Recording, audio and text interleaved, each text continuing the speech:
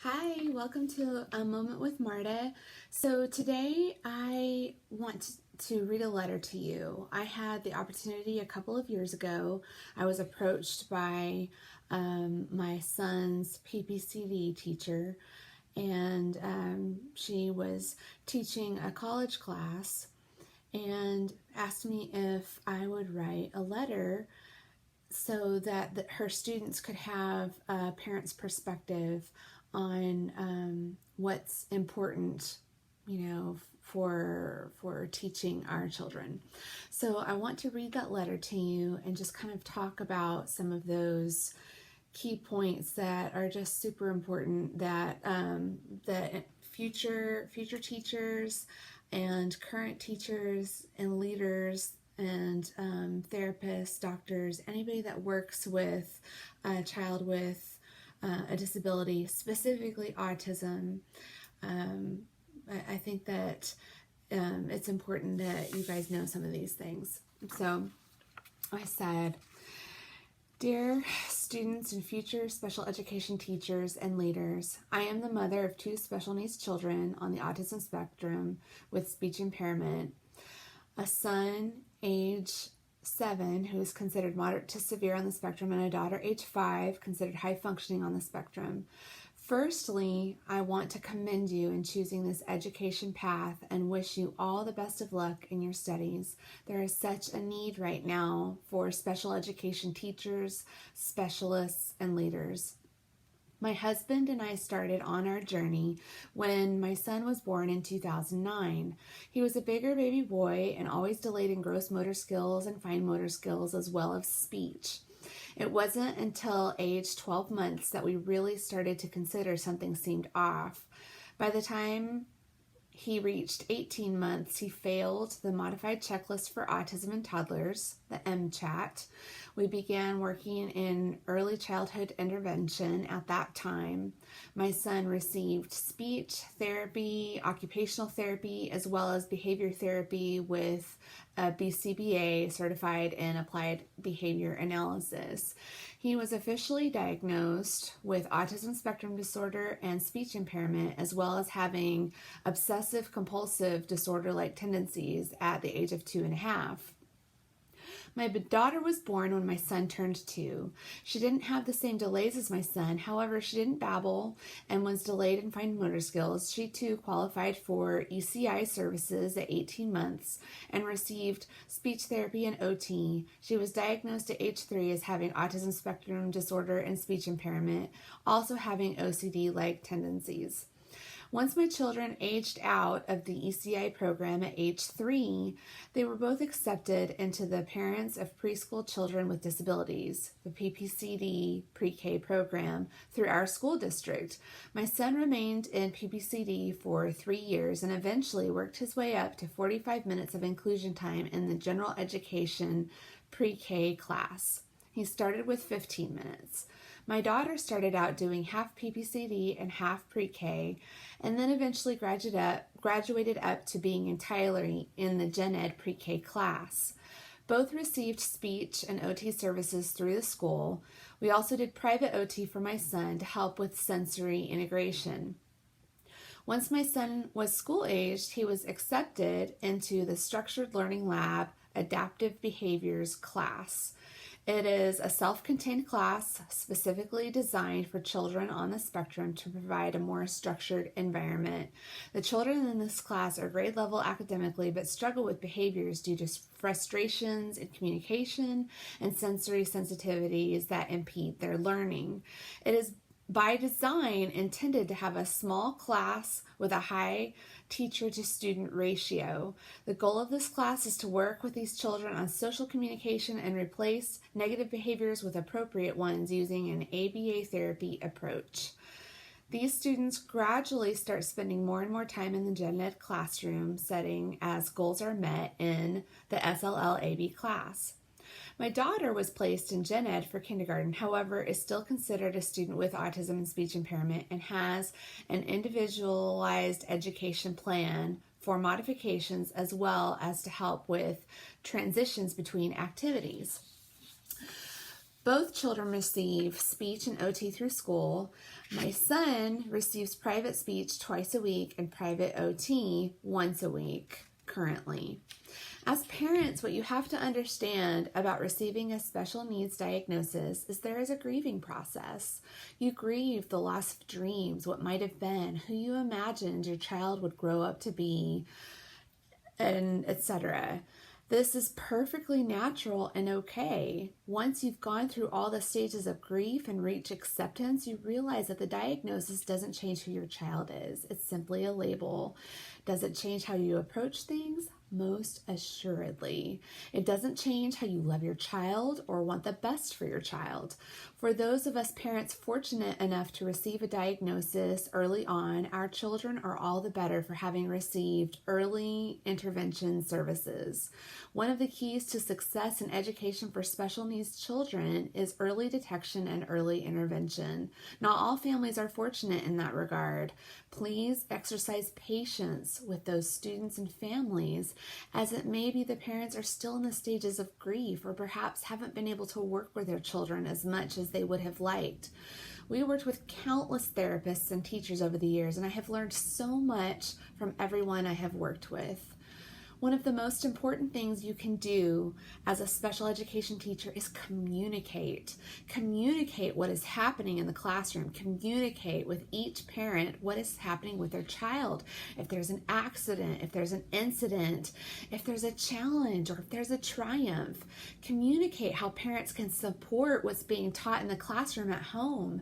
In order for special needs children to succeed, there needs to be good working relationship between parents and teachers. What you have to understand is that our children cannot communicate their wants or needs or what's happening at school. If you think about it in those terms, a great deal of trust is placed on the teachers and supporting staff by parents. It's scary to not receive daily communication about what's happening at school, and we as parents can't facilitate growth in the social communication skills if we don't know what's going on. We have to know the right questions to ask our children. Questions we already know the answers to, like, did you go to music today? Did you have a science lab carving a pumpkin today? Things like that. We have to know specifics in order to be able to facilitate more social communication at home and support what the teachers are doing at school. Being a special education teacher is not easy. You have to teach all grade curriculums, be they modified or not, adhere to every single individualized education plan, follow every behavior intervention plan, adhere to all autism supplements, prepare for goals for your ARD meetings, etc., for parent conferences. Most of the teachers and specialists that I have worked with have had a special reason for going into this field. They either have a close relative or friend with special needs, or there's just a love and a passion of working with these kiddos. There will be rewarding days and tough days. On the tough days, it's important to remember the reason you decided to walk this path. That love and compassion is necessary in working with these kids. They require patience. It's important to recognize when to push a goal or skill set and when to back off. It's important to think outside the box. My children are exceptionally smart, and we've been blessed to work with teachers that have recognized their potential and intelligence and have encouraged them in areas where they are strong and challenged in areas that require growth. We have also worked with teachers that have underestimated my children. One year, we worked with a teacher that would give my son reading material and set standards that was the lowest level possible. My son is brilliantly smart. He taught himself all of his letters and numbers by the time he was 18 months old. He was reading by the time he was 2, yet he was given the lowest level reader possible. And it was due to his not being able to verbalize answers to comprehension questions. He was being penalized for the fact that he wasn't able to communicate verbally. And that's not right. That's wrong. You have to think outside the box. I spoke with the teacher and I asked that a higher level reader be sent home. I understood that comprehension needed to be worked on, but that he knew the information. He just couldn't verbalize it. We had to think outside the box and figure out ways of helping him to relay the information that he knows. Inside, at the time, he was a perfectly normal 7-year-old kid with the same thoughts and feelings that any other 7-year-old would have. He just wasn't able to process and express that communication. But that teacher just wouldn't listen. And it goes back again to my point about good communication. We as parents know what our children are capable of. And sometimes that means thinking outside the box in order to help them grow. In my son's case, being able to verbalize what he knew, as well as allowing these kids to excel where they are gifted.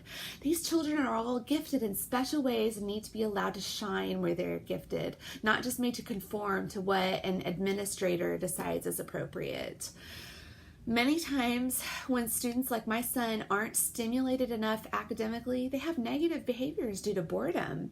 Again, it's important to think outside the box. These kids have an individualized education plan for a reason. What works for one may not work for another. This makes breakthroughs all the more rewarding because there are so many demands placed on a special education teacher. The class size tends to be smaller and paraprofessionals are hired to help. And it's necessary, especially with autism, for there to be that small class student to teacher ratio, because they need to have that one-on-one attention when they're learning new skills. They need to have a smaller class size so they're not overstimulated from a sensory perspective. Another very important thing to know is that it is your job to advocate for these students. Sometimes that means going head to head with an administrator, be it a school administrator or somebody that's higher up if you're working in a district. Some teachers are blessed with wonderful admin at their school level, and some teachers are not. Regardless, if there's something that you truly believe one of your students needs, you must advocate for them. We had a wonderful teacher that we worked with that, I just was so pleased with how she really saw my kids. This is in the PPCD program. She saw my kids, she saw their potential, and she constantly advocated for their needs.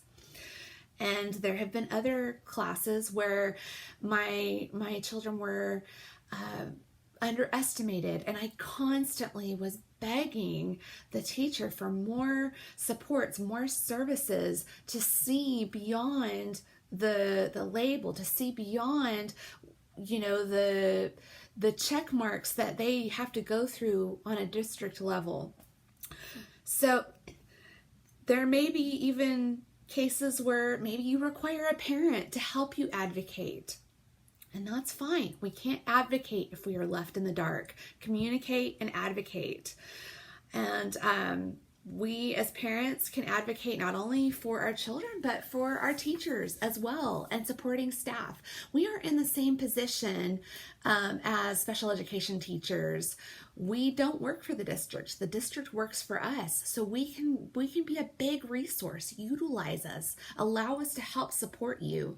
When we're allowed to help support you, we're able to facilitate things that you just can't. And we're able to support things at home that you're trying to implement in the classroom. We want things to be on the same page. So in closing, please remember that these children are people first. People that experience love the same way that you do, but perhaps express it differently. They have fears that may appear irrational, but the terror is very real. And you can't trivialize that. You can't make them feel bad about that. It's the same terror that you might feel if you experience it. They might be over different things, but those emotions are real and they run deep. You may have a student that can't handle certain noises. They sound terrifying, or perhaps fluorescent lights are painful or very confusing, or maybe certain types of material feel painful. And the rules need to be relaxed. We are all human. We love, hurt, cry, laugh, experience fear, are anxious inside and out. Treat your students with respect and dignity. It's sometimes not the differences that define us, but the similarities that bring compassion and understanding and unity. We are all different, neurotypical and special education alike, but never less. And I just signed that with kindest regards for the future of special education teachers and leaders from a special needs mom. And I want to really reiterate that as a parent, I am placing way more trust in whoever it is that I leave my kids with, whether it's a teacher, whether it's a leader in a church, whether it's in a daycare or an after-school program, whatever the case may be, I'm placing way more trust than any other neurotypical parent because my child cannot communicate with me what's going on in the classroom or wherever it is that they are. So I have to advocate for my children. I have to know what's going on. I have to know that my child is in safe hands, that my child is not with somebody that doesn't want the best for them, that doesn't want their safety, that's not their highest priority.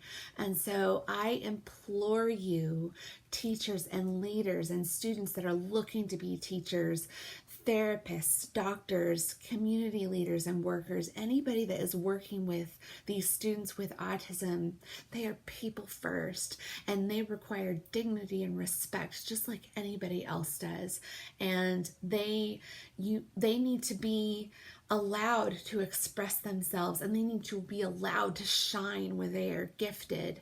And we have to work through things that they're going through in positive ways and have positive reinforcement for helping them to find coping strategies and mechanisms and helping them to find appropriate ways of expressing themselves and realizing that some of these things are not their fault. It's impulse control and they can't control their body. They have to learn. They have to learn what that feeling is like, what that trigger is. They have to learn how to be able to express themselves and communicate so they don't have some of those negative behaviors, but it is not their fault. And they can't be treated like they are a problem child or a bad child. They're not. They are beautiful. They are God's creation. And anybody that is working in this field, it is tough, absolutely, but it is one of the most rewarding things you will ever do. And it makes those triumphs all the more rewarding. And so I just thank you again for tuning into A Moment with Marta, and I hope that I can help you understand what it means when we place our children in your care. Thanks. Until next week.